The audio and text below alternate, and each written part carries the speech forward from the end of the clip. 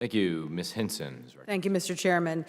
Good evening, witnesses. Many of the conversations we've already had tonight are extremely relevant to the work that this committee has been doing and has already issued reports on, but I want to highlight just a couple more tonight and dive a little bit deeper. The critical technologies that our private sector really produces and develops are essential to national security, but we are hindering our own ability to innovate when there are those blatant thefts happening by the PRC on our IP. Those efforts undercut our industry, as has already been discussed, and really roadblock us from being able to lead in these fields. I want to hit on one company in particular, Huawei. U.S. patent grants for Huawei are at over 300 per year, among the most to receive U.S. patents, even ahead of some of our very own largest tech companies here in the U.S. It's extremely concerning to me that a company like Huawei, which is on our Export Administration Regulations designated entity list, continues to expand its use of our patent system. So my first question, Mr. Wolf, do you see actions like this from Huawei and other CCP-affiliated companies as a deliberate strategy to utilize our U.S. patent system? I think it's a tactic that's deployed, whether it's intentionally deliberate, combination of profit and market share seeking, I'm not sure, but I do see it as a threat. Have you seen any companies that you've looked to invest in be overrun by Huawei in its efforts to get those patents? We have not. Mr. Avenina, my next question for you. We obviously see the risks that U.S. companies are continuing to take when looking to work within China or with Chinese businesses, and you spoke to this a little bit earlier, but it's inherent that the PRC has purposely developed domestic laws to compel companies to share their IP and their data with the government in order to be able to operate in China. Many of the hardware and the software manufacturers that our government and security systems rely on, frankly, have unacceptable exposure to China, in my mind, from either the source code sharing with the PRC in exchange for that market access, or, as we've seen, down to logos being copied and pasted, blatant manufacturing theft here. Would you consider this a gap in our ability to really monitor critical supply chains?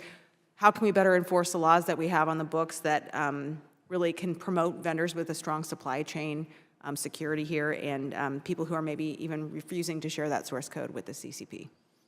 Thanks, Congresswoman. I think you get to a point on your questioning that I think, with respect to juxtaposing Huawei into these current questions, I think when we look at the requirement for general counsels of companies and CIOs and CISOs to really understand the complexity of these Chinese laws that have been enacted since 2017, how they impact not only their business model for doing business supply chain, but their vendors' supply chain. Oftentimes they might say, oh, well, it's not our data. Well, it is your data because you're allowing your supply chain vendor into your data. And that data is now obligated to go from that Chinese-based company or partner to the Communist Party of China or the Ministry of State Security at their beckoning call. And that, I think that's oftentimes a criticality of the General Counsel to understand that before they enter into an agreement with a company from China. It's the onion. Peel back the layers of the onion and then you get there, right? My last question for Ms. Gorman, specific to AI. I know we've talked about that a little bit tonight.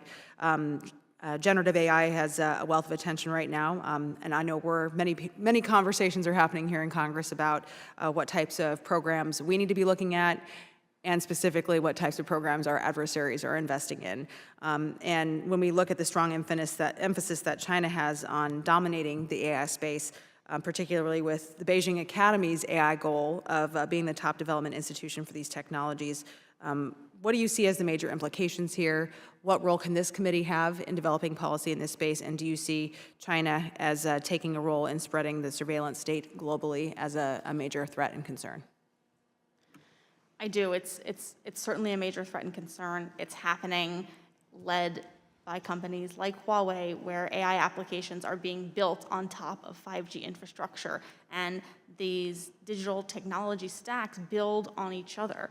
And so competitive advantages and market dominance in one layer leads to further dominance in the next layers up, including the AI applications. And so when it comes to generative AI, China is very interested in some sense, catching up with the United States on large language models like the ChatGPTs and the Mid-Journeys and the DALL-Es that have taken the world by storm.